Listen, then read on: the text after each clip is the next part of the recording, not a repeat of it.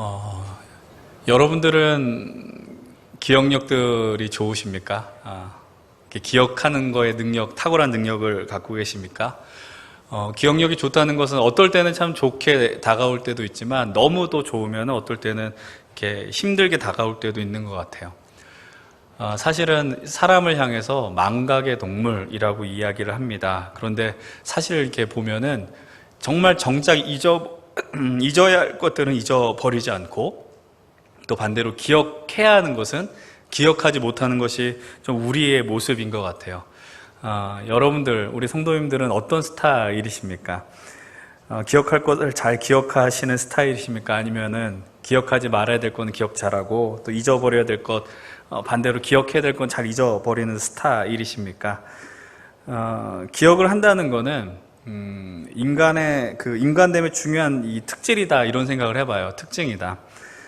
너무 완벽하게 모든 것을 기억해낸다면 얼마나 인간미가 없겠으며, 또 모든 것을 기억한다면 우리가 특별히 학생들 같은 경우 시험을 앞두고 이렇게 고민할 필요가 없겠죠. 보는 즉시 답이 떠오르고 말이죠. 반대로 정말로 기억해야 할 것들로 인해서 우리는 때로는 또 우리의 이 인생이 어떤 존재인지를 규정하게 됩니다. 우리가 살면서 우리가 누구로부터 왔느냐, 누구의 자녀이냐, 그리고 내가 어떤 곳에 속해 있느냐, 이것을 기억하고 우리는 가슴에 살아갑니다. 그래서 오늘 이 현실을 살아가는 것이죠. 그러니까 정말 기억해야 될 것과 기억하지 말아야 될 것, 이걸 참 우리는 잘 구별해야 될 것 같아요. 오늘 우리가 이제 함께 나눌 말씀 속에서는 이런 장면이 나와요. 동일한 어떤 상황과 사건 속에서 누군가는 이렇게 기억해야 되는데 기억하지 못하는 사람이 나오고, 또 한쪽에서는 그것을 지우고 싶어도 지우지 못하는 사람을 우리는 만나게 됩니다. 그 이야기의 주인공은 누구냐면 바로 요셉입니다. 우리가 요셉이 꿈의 사람이다라는 걸 너무 잘 알고 있습니다. 그리고 요셉의 생에 있어서 꿈이라는 주제를 빼놓고서는 요셉의 삶을 설명해낼 수 없다는 것도 우리는 너무나도 잘 알고 있습니다. 오늘 우리가 선택한 본문 속에서도요, 그리고 그 이전의 그 상황 속에서도 요셉은 자신이 꾼 꿈과 또 자신의 꿈이 아닌 다른 이의 꿈을 통해서 자신의 삶을 이루어간다는 것을 우리는 말씀 속에서 확인합니다.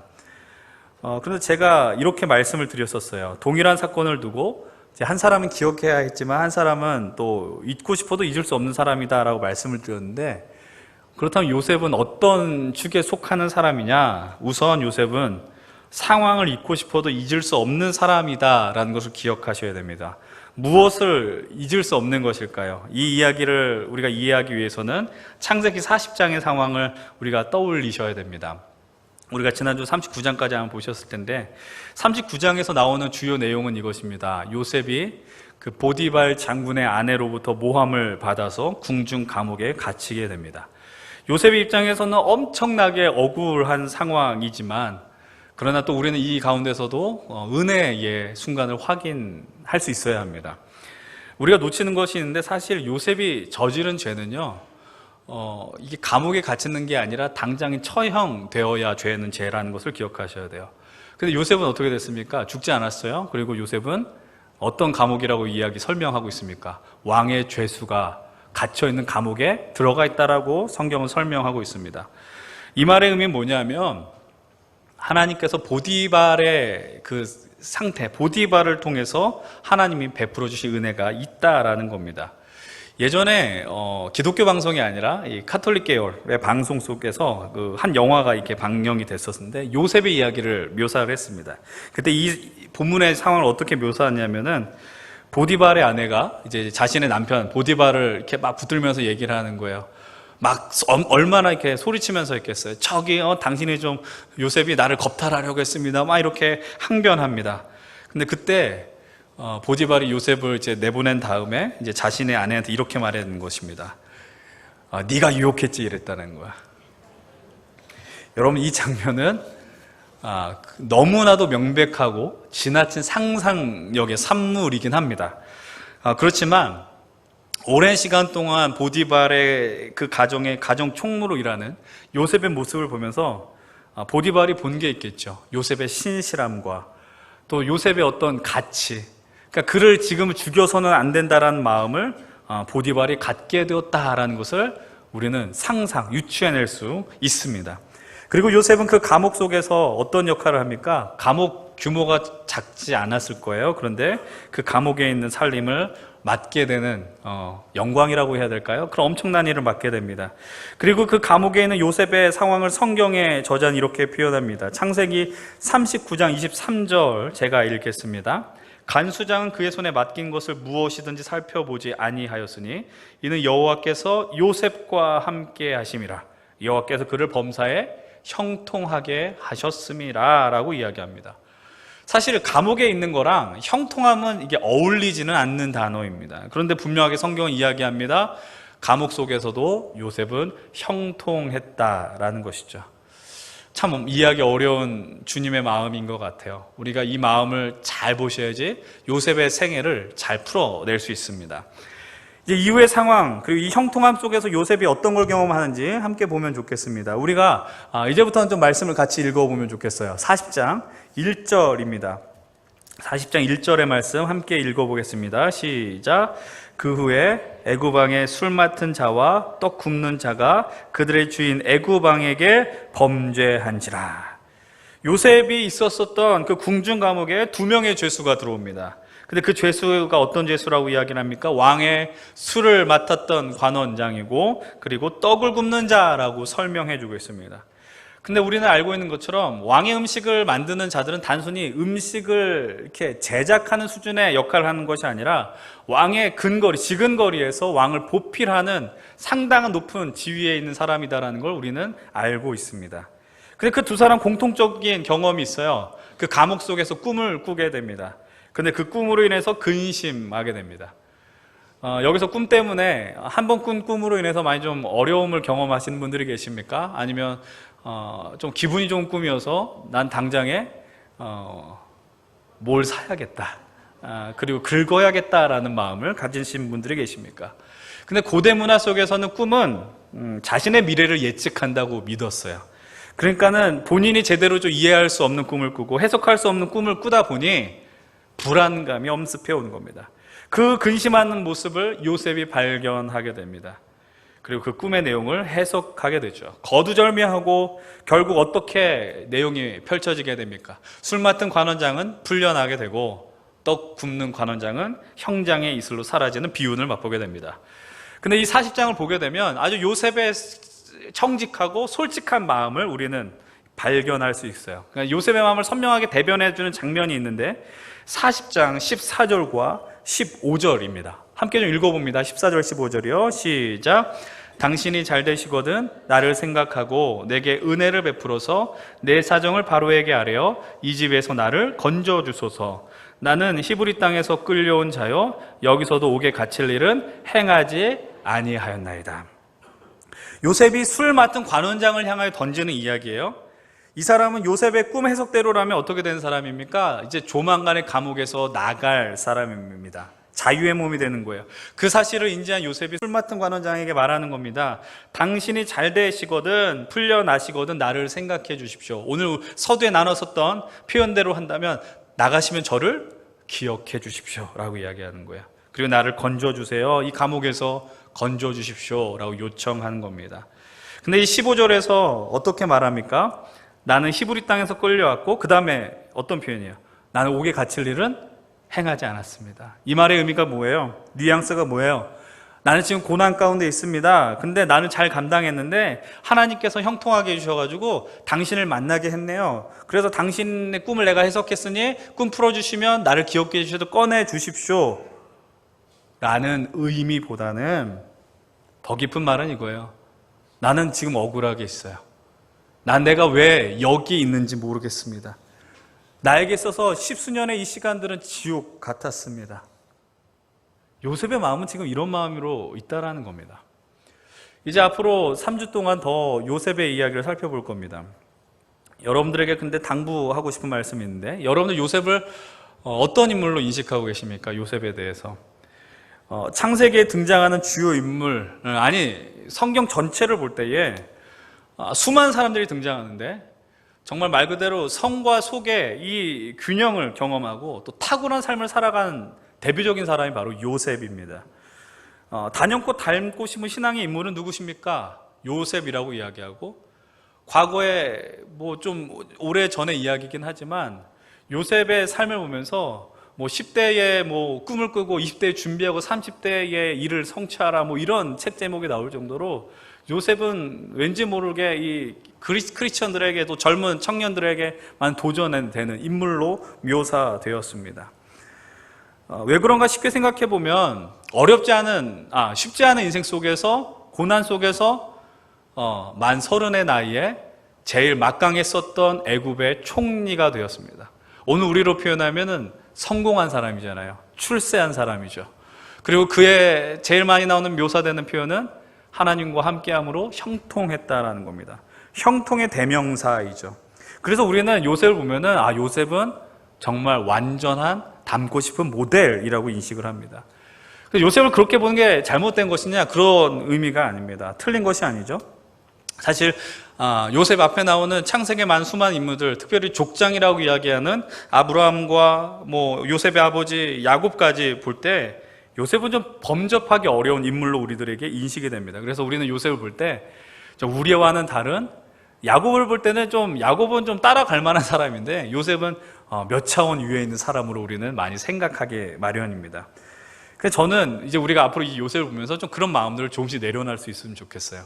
왜 이런 이야기를 할까요? 제가 말씀 속에서 요셉의 인생을 뭐 왜곡시키거나 폄하하겠다라는 의미가 아닙니다. 요셉 역시 우리와 다를 바 없는 인간이다라는 것을 우리가 놓치면 안 된다라는 거예요. 요셉은 여전히 그에게 있었던 그 삶의 고난 때문에 갖고 있었던 고뇌가 있었고 힘겨움이 있었고, 우리는 그렇게 많이 봐요. 저 사람 믿음이 좋으면 고난이 있어도 참 아무것도 아닌 것 같아. 힘든 일 당해도 저 권사님이야, 집사님이야, 잘 이겨낼 수 있어, 쉽게 생각해요. 그러니까 우리 쉽게 말하는 거예요. 남의 고난에도 당신이 기도 안 해서 그래. 요셉 친구같이 돼버린다는 거죠. 여러분도 그렇게 우리가 믿음의 길을 너무 간단하게 보서는 안 됩니다. 그리고 누군가 볼 때 저분에게도 갖고 있는 각자 인생이 있거든요. 그걸 보면서 우리가 저분은 뭐 나보단 다를 거야.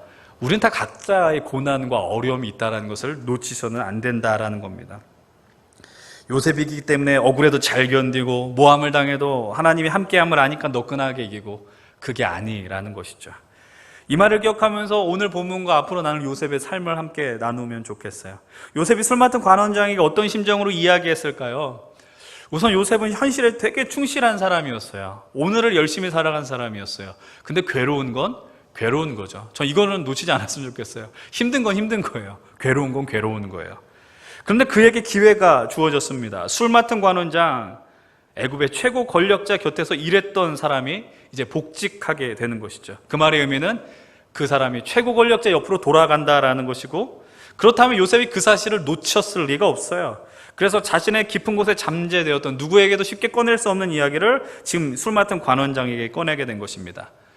근데 우리는 너무나도 잘 알고 있죠. 이후의 상황이 어떻게 됩니까? 40장 마지막 23절에 이렇게 이야기합니다. 함께 23절입니다. 시작. 술 맡은 관원장이 요셉을 기억하지 못하고 그를 잊었더라. 여러분, 이 구절은 요셉으로 하여금 얼마나 절망으로 이끌어가는 말씀인지 몰라요. 요셉에게 있어서 술 맡은 관원장은요, 요셉의 부탁을 기억해야 하는 사람이었어요. 근데 그는 부탁을 기억하지 못했어요. 아니, 기억하지 못한 것뿐만 아니라 잊어버렸다라고 연달아서 표현하고 있어요. 그러니까 기억하지 못하고 기억하지 못했다라고 표현하는 거예요. 두 차례 강조하는 것입니다. 왜 술 맡은 관원장은 요셉을 기억하지 못했을까요? 요셉을 왜 잊어버렸을까요? 간단합니다. 요셉이 그만큼 술 맡은 관원장에게 중요한 사람이 아닌 거예요. 우리들도 그렇죠. 약속을 하면은, 여러분들이 만약에 뭐 정치 이야기가 아닙니다. 여러분들 우리나라 대한민국 대통령이 여러분들과 약속했습니다. 여러분들이 싫어하는지도 몰라요. 동의하는 사람이 아닐지도 몰라요. 근데 대통령하고 약속했다니까요. 대통령하고 약속을 했는데 그 약속을 까먹겠습니까? 절대로 안 까먹죠. 그리고 자랑할걸요, 아마. 나 이 사람하고 약속했다고. 여러분, 이 술 맡은 관원장에게 있어서 요셉은 별 중요한 위치가 아니었어요. 그리고 또 한 가지는 뭐냐? 술 맡은 관원장에게 이 감옥의 현실은 기억하고 싶은 순간이 아니었다라는 거죠. 애써 잊고 싶은 자리였을 거예요. 기억하고 싶지 않은. 여러분, 우리는 본능적으로 우리 삶의 이 어두웠던 순간을 잘 기억하고 싶어 하지 않아요. 그런 것을 잘 하는 분들도 계시는데, 생각보다 많은 분들은 그것을 잘 잊어버리지 못하죠. 잊고 싶어도 잊지 못하고 평생 가슴에 품고 살아가는 것. 여러분들 어떤 부류의 사람들이 있습니까? 나중에 살펴보겠지만 솔직히 과거의 어두움을 잘 잊는 사람은 거의 없는 것 같아요. 그것을 잊었다기보다는 잊은 척하거나 아니면 조금 더 고차원으로 이 고난을 잘 디딤돌 삼아서 높은 차원으로 극복한 사람들, 이렇게 존재하는 것이지 그것을 쉽게 망각한다, 잊어버린다, 이건 좀 쉽지 않은 것이라고 생각이 됩니다. 본문으로 돌아가서 다시 어제도 요셉의 현실은 더 깊은 절망으로 들어가게 됩니다. 그것을 어디에서 발견할 수 있습니까? 41장 1절, 가장 처음에 나오는 단어, 만 2년 후에라는 거예요. 우리는 40장과 41장을 금방 읽을 수 있습니다. 5분도 채 되지 않아서 읽을 수 있습니다. 그런데 요셉이 경험한 이 2년의 시간을 갖고 요셉 그래도 잘 이겼을 거야 라고 쉽게 이야기할 수 없고 그렇게 말씀하셔도 안 됩니다. 우습게 볼 수 없는 것이죠. 술 맡은 관원장을 내보낼 때 요셉은요, 희망을 품은 겁니다. 희망을 갖게 되면 절망이 더 커질 수 있는 가능성이 있어요. 사실 절망이라는 것을 경험해야지 희망을 볼 수 있는 힘이 있어요. 근데 희망 속에서 무언가 변화되지 않은 현실을 맞닥뜨리게 되면 우리는 그 전보다 더 큰 절망을 경험합니다. 그것이 보통 사람의 마음입니다. 근데 이 성경은요, 상황 속에서 새로운 사건을 그리고 새로운 꿈을 소개해 줍니다. 바로 누구의 꿈입니까? 요셉이 거주하고 있었던 애굽의 최고 권력자 바로의 꿈이었습니다. 꿈의 내용은 이렇습니다. 바로가 나일 강가에 서 있습니다. 그리고 그 갈대밭에서 아주 아름답고 토실토실한 암소가 갈대밭에서 풀을 뜯어먹고 있습니다. 근데 그 순간에 볼품없고 아주 보기 흉한 마른 암소들이 나타나서 그 아름다운 소들을 잡아먹게 됩니다. 너무 이상한 꿈에 바로는 꿈을 깹니다. 그런데 개꿈인가 하고 다시 잠을 청합니다. 근데 또다시 꿈을 꾸게 됩니다. 그 꿈의 내용은 무엇입니까? 동품으로 말라버린 7 이삭이 아주 멋들어지게 충실하게 자란 7 이삭을 삼켜버리는 꿈을 연달아서 꾸게 되는 것이죠. 바로는 꿈에서 깨어난 이후에 당장 애굽 안에 있는 지혜자들 다 불러냅니다. 성경에 보면 점술가들 불렀다 이야기하지만 어쨌든 다 애굽 당대 최고의 지식자들을 다 불러냈다라는 거예요. 점술가란 말의 의미가 천문학자들을 의미하잖아요. 그냥 별을 공부한다는 걸 그냥 가벼운 학문이 아니다라는 것이죠. 그런데 그 꿈을 해석할 수 있는 단 하나도 없었습니다. 이 꿈이 왜 바로에게 심각하게 다가왔을까요? 앞서 말씀드렸던 것처럼 고대에는 꿈이 자기의 미래를 나타낸다. 특별히 고대에 있었던 왕들에게 있어서는 자신의 미래와 연결된다. 그러니까 이런 범상치 않은 꿈들이 더 예민하게 반응한 것입니다. 여러분, 성경 속에서 꿈에 제일 예민하게 반응한 왕이 한 명 있었어요. 누군지 기억하십니까? 바로 다니엘에 나오는 느부갓네살 왕입니다. 그 왕 역시도 꿈으로 번민했습니다. 근데 어이없는 건 뭐냐면 그래도 오늘 나오는 바로는요, 꿈 내용은 설명해주고 풀어내라고 이야기를 하거든요. 근데 느부갓네살 보게 되면 어처구니 없어요. 자기 꿈 내용을 이야기하지 않으면서 꿈 풀어내라고 이야기해요. 악질 중에 가장 악질한 왕이었죠. 못 풀어내면 다 죽인다라고 협박했어요. 이렇게 당시 가장 강력한 국가를 다스렸던 왕들이요, 자기가 꾼 꿈으로 중심을 잡지 못합니다. 그 이유가 무엇입니까? 내가 그 힘을 유지해야 되는데 그렇게 하기가 어려운 현실이 오는 것에 대한 두려움 때문에 그런 거예요. 참 아이러니하죠. 힘이 있으면 두려울 게 없을 것 같아요. 근데 힘이 있으니까 더 큰 두려움, 누구도 갖지 않는 두려움을 갖게 되는 것이죠. 예전에 중국의 지도자 모택동이 그 집에 있는 침실이 바로 문 하인이 자는 방이었다 그러더라고요. 암살될까봐 두려워가지고 제일 좋은 방에서 자지 않고. 참 이렇게 미련한 것이 바로 우리 인간의 모습들입니다.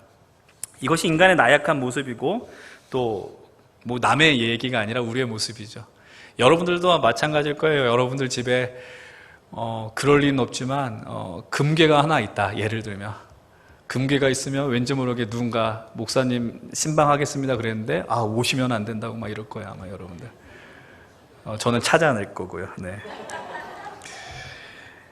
여러분들 더 갖게 되면 우리는 기쁨과 평안을 갖는 것 같지만 그것이 우리에게 있는 평안을 앗아가고 더 큰 두려움을 갖게 된다는 걸 경험합니다.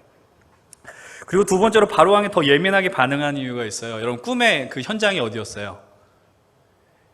이렇게 질문할 때 맞춰주면 기분이 좋은데, 나일강이었어요. 나일강은 요 애굽에게 있어서 어떤 상징이냐? 생명의 상징이에요. 생명의 신, 잉태하는 것, 힘이 있는 것, 풍요의 신.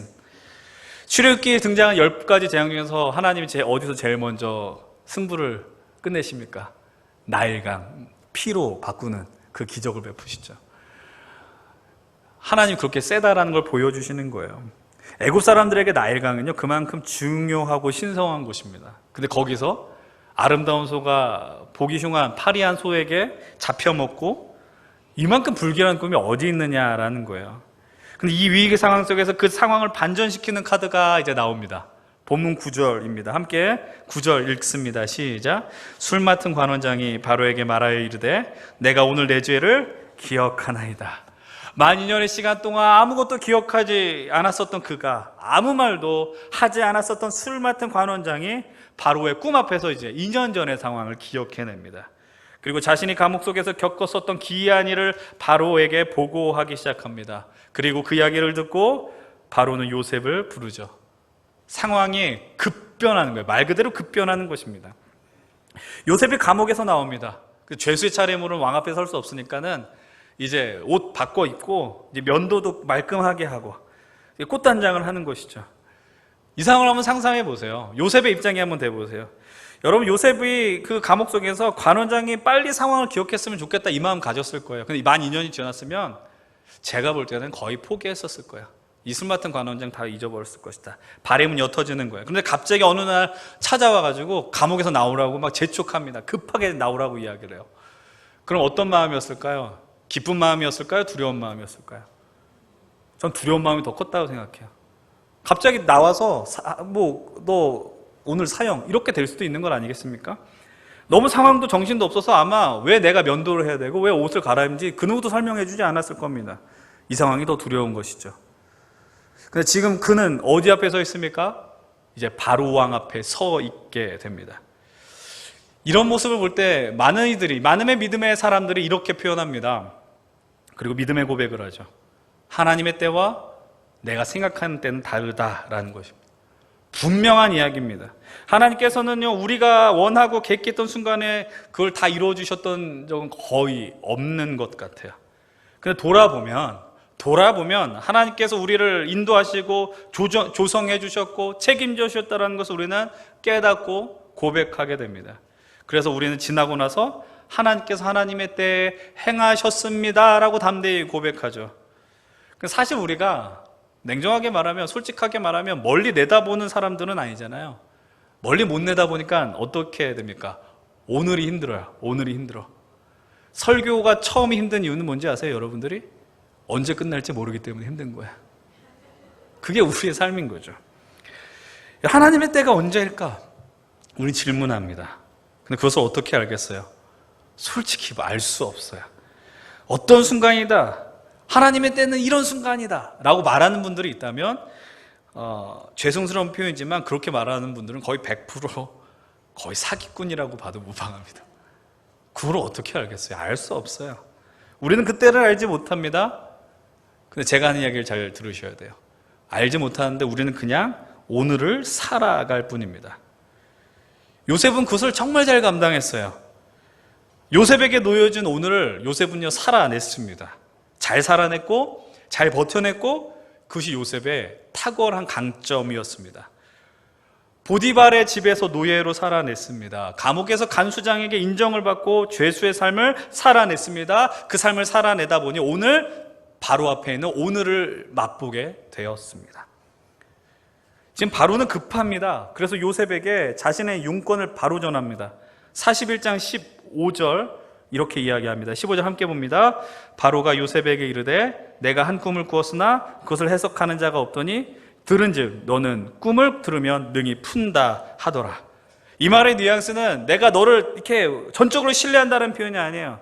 내가 지금 정말 지푸라기라도 잡는 심정으로 너를 소개받았는데 네가 꿈을 잘 풀어내면 좋겠다. 그럼 내가 속이 시원하겠다라고 이야기하면 이야기하는 것입니다. 이 정도 우리가 해석하면 되는데, 이제 요셉이 대답을 합니다. 아까 우리는 요셉을 이렇게 표현했어요. 요셉은 오늘을 잘 사는 사람이라고 이야기했어요. 오늘 잘 살아낸 사람이라고요. 근데 그가 오늘을 잘 살아내는 그의 비결이 등장합니다. 그의 방법이 등장합니다. 바로 16절입니다. 함께 16절 봅시다. 시작. 요셉이 바로에게 대답하여 이르되 내가 아니라 하나님께서 바로에게 편안한 대답을 하시리이다. 하나님께서 바로에게 편안한 대답을 하실 것이다. 하나님께서 당신에게 평안을 주실 것이다 라고 이야기하는 겁니다. 이 말의 의미는 겸손의 의미일까요? 요셉이 자신이 바로의 꿈을 들으면 잘 해석할지 아닐지 잘 모르겠는데 들어보고 나서 하나님이 가르쳐 주실지 모르니 기대하십시오라고 하는 표현입니까? 아닙니다. 요셉은 알고 있었어요. 뭘 알고 있냐면 자기는 꿈을 풀어낸 은사가 있다는 걸 아주 명확하게 알고 있는 사람이에요. 근데 더 요셉이 알고 있었던 게 있었습니다. 그것은 무엇이냐면 믿고 있었던 것, 인정한 것, 내가 그렇게 꿈을 풀어내는 능력은 바로 하나님으로부터 왔다라는 것을 요셉은 아주 분명하게 알고 있었습니다. 단순히 하나님이 능력을 주셔서 이것을 뛰어넘어서 하나님이 함께 하시는 인생이다라는 것을 요셉은 때로는 선명하게, 때로는 희미하게든 잊지 않고 살았다라는 겁니다. 바로의 꿈의 이야기를 듣고 요셉은 이야기합니다. 25절 하반절은 이렇게 또 이야기를 하죠. 하나님이 그가 하실 일을 바로에게 보이심이니이다. 하나님이 함께 하십니다라고 이야기해요. 이 역사의 주인, 그것이 전면에 등장하는 것처럼 느껴지든 배후에 느껴지든 하나님께서 아브라함의 자손만의 하나님이 아니라 이 애굽 땅에서도 통치하시는 하나님이시다라는 것을 요셉은 믿음으로 더 분명하게 고백하고 있는 겁니다. 그 고백 속에서 꿈의 내용을 담대하게 해석합니다. 살진 소와 좋은 7 이상은 7년의 풍년을 의미하는 것이고, 또 마른 소와 또 이 마른 이삭은 7년의 흉년을 의미하는 것입니다. 사실 여기까지 해도 요셉의 역할은 끝입니다. 왜냐하면 그들이 원하는 건 꿈의 해석이기 때문입니다. 7년의 풍년이 올 것이며 7년의 흉년이 올 것이다. 근데 그는 거기서 멈추지 않습니다. 이후에 어떻게 이야기합니까? 7년의 풍년이 있지만 그 다음에 나오는 7년의 흉년이 너무 강력해서 애굽이 망하게 될 것입니다. 이 흉년이 얼마나 강력한지 7년의 흉년 때문에 앞에 있었던 풍년은 기억조차 못할 것입니다라고 선언합니다. 그리고 이렇게 담대히 고백하죠. 본문 32절부터 36절인데 32, 33절 함께 읽어봅시다. 먼저 시작. 바로께서 꿈을 2번 겹쳐 꾸신 것은 하나님이 이 일을 정하셨음이라. 하나님이 속히 행하시리니 이제 바로께서는 명철하고 지혜 있는 사람을 택하여 애굽 땅을 다스리게 하시고, 사람을 택하라라고 이야기를 합니다. 그리고 그 안에 뭐라고 이야기합니까? 뒤에 감독관을 두십시오. 그리고 7 풍년 동안 5분의 1을 거두시고 장차올 풍년의 모든 곡물을 거둬서 바로의 손에 돌려 양식을 위해서 각 성읍에 쌓게 해주십시오. 36절입니다. 시작. 이와 같이 그 곡물을 이 땅에 저장하여 애굽 땅에 임할 7해의 흉년에 대비하시면 땅이 이 흉년으로 말미암아 망하지 아니하리다. 아주 확실하게 대답을 합니다. 이 위기 상황 속에서 구체적으로 어떻게 대처해야 할지 분명한 방법을 지금 이야기해 주고 있어요. 이 역시 하나님이 요셉에게 지혜를 주셨고 바로에게 담대하게 전할 수 있는 말을 입에 넣어 주셨기 때문에 가능한 것이죠. 그런데 이 이면에 놓치지 말아야 될 것이 있습니다. 요셉이 어떻게 이렇게 이야기할 수 있을까? 1번은 하나님이 주신 지혜, 그리고 그 다음 2번째, 요셉이 주어진 그 앞에 놓여졌었던 오늘 보디발의 집과 또 감옥과 그 자리에서 경험한 수많은 것들, 수많은 살림들을 다스리면서 그 상황을 파악한 눈들이 열렸다는 것을 우리는 생각해 낼 수 있습니다. 지금 하는 이야기는 나중에 하겠지만은 요셉이 살아가면서요, 내가 오늘 보디발 집에 살림을 맡는데 나중 되면은 애굽 살림도 잘할 수 있을 것 같아. 내가 지금 감옥 살림을 맡고 있는데 내가 총리가 되면 애굽 살림을 잘 맡을 것 같다라고 하면서 그 오늘을 살지는 않았다라는 겁니다. 그런 마음으로 살았다면 오늘을, 그 날을 절대로 살아낼 수 없었을 겁니다. 위로되는 말은 그거예요. 그냥 요셉은 그 날을 살았어요. 그냥 살았어요. 그 현실을 살았어요. 그리고 살아오면서 바로의 꿈을 해석하는 그 날을 만나게 되는 겁니다. 요셉의 이야기를 듣고요, 바로와 그의 신하들이 좋게 여겼다고 표현합니다. 여기서 말하는 좋다는 표현은 옳았다라는 거야. 요셉 이야기가 옳다. 그리고 36절, 바로는 신하들에게 그 이후죠. 37절이죠. 38절입니다. 죄송합니다. 38절. 바로가 신하들을 향해서 요셉을 이렇게 표현합니다. 하나님의 영에 감동된 사람이다. 감동되었다. 이 말을 보면서 애굽의 그 바로 왕이 하나님을 인정했구나, 이렇게 순진하게 보아서는 안 됩니다. 구약에 나오는 대부분의 그 이방 땅의 왕들은, 그리고 이방 국가들은 다 다신론이기 때문에 그냥 하나님이 좀 능력이다 이렇게 보는 거지, 하나님 믿습니다 이건 아니라는 거죠. 근데 여기서 중요한 게 뭐냐면 감동되었다라는 건데, 히브리 원문 성경에 보면 감동되었다라는 단어는 나오지 않습니다. 대신 나오는 표현은 무엇이냐면은 어디 안에, 어디 가운데. 그러니까 이런 표현인 거예요. 요셉이 하나님의 영에 감동된 사람이다라는 건, 요셉은 하나님 안에 있는 사람이구나, 하나님이 보호하는 사람이구나, 그걸 바로가 고백했다라는 겁니다. 하나님의 안에 있는 사람, 확실하지 않습니까? 벗어나지 않는 거. 우리가 좀 실수하고 넘어질 수 있지만 그래도 어디 있느냐가 중요하거든요. 우리가 믿음이 흔들리고 어려운데 그래도 그렇게 권면해요. 야, 그래도 예배 나와. 주일날 빠지지 마. 교회 사람 수 채우려고 하는 게 아니에요. 힘들어도요, 나와서, 죄송스러운 표현이지만 뭐라도 들으십시오. 이 말씀 앞에서 30분 설교, 40분 설교, 이 안에서 여러분들을 살릴 어마어마한 말씀이 담겨 있어요. 졸더라도 깨가지고 하나라도 건지면 전 그걸로 만족합니다. 이거를 갖고 또 잔다라고 그러면 또 안 되죠. 제가 예전에는 자면 다 깨웠거든요. 근데 제가 많이 착해져가지고 괜찮아졌어요. 이제는 안 깨워요. 네. 여러분들 이거를 기억하십시오. 요셉이 오늘을 살아갈 때, 요셉이 그것을 버텨나갈 때, 그 길을 걸어갈 수 있는 가장 큰 힘은, 원동력은 하나님 안에 있었다라는 사실입니다. 우리 함께 예배하는 우리 모든 포에마 예수교회 성도님들 역시 우리 다 다른 오늘을 살아가고 있어요. 저는 길을 가면서 그런 생각 많이 하거든요. 모르는 사람들이 많이 지나가잖아요. 저 사람의 인생이 참 있겠구나. 다 어떤 분은 참 오랜 세월을 사셨구나. 어떤 젊은 학생들 보면은 고생하겠구나. 누군가 저 보면서도 고생하시겠네, 이럴 수 있죠. 우리가 단순히 2019년 오늘을 산다라는 얘기가 아니라 각자의 현실이 있다라는 거죠. 그 자리에서 경험한 상황들은요, 단어 그대로 천차만별의 상황일 겁니다. 어떤 분들은 그래도 내가 요셉만큼 고생하지는 않잖아 라고 하실 분들도 있을 것이고, 또 어떤 분들은 나 요셉 저리 가라 할 정도로 나 힘들게 살아왔어 라고 하는 분들도 있을 거예요.